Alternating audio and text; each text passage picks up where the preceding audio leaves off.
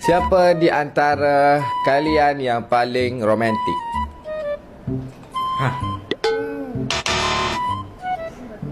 Aku. Akulah. Kamu romantik kau macam mana?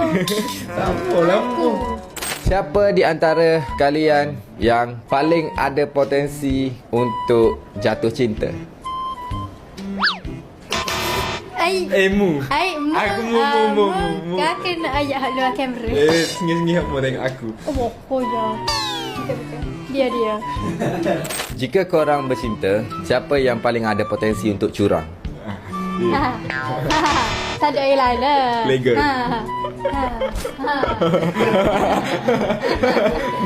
Siapa yang paling suka tengok movie?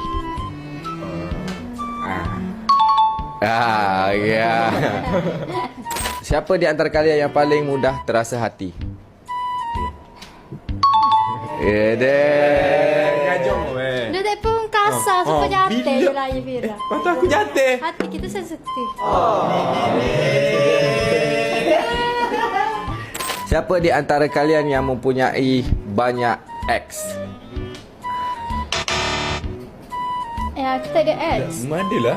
Ada dok tu mencerita kat aku ramah. Bila masa? Ada mencerita ramah kat aku. Dah. Siapa di antara kalian yang macam kebudak-budakan? Mu dah sama je dengan aku. Tengok, budak Mu betul. 19, aku 21. Betul tak? Okey, anik budak dia tidak mengalah. Betul. Budak dia tak sengalah. Siapa di antara kalian yang selalu ajak dating? Dia. Ani. Mu ajak Dia mak nak pergi makan. Ni nak makan ni. Tu benda betul tak tipu. Je lah makan ni. Sama lah. Pergi makan. Dah Tu kan sama peluang lah. kita. Dah lagi dating lah tu. Bukan. Dating ni dia ajak. Jangan kita tengok wayang dengan aku. Bila kau ajak mu? Mu gila kau. You naik glass ni cerita. Ni betul. Alah. Siapa yang paling kuat jealous? Tak payah nipu Fira. Tolong jujur. Jujur Fira. Jujur. Ini aku jealous tahu.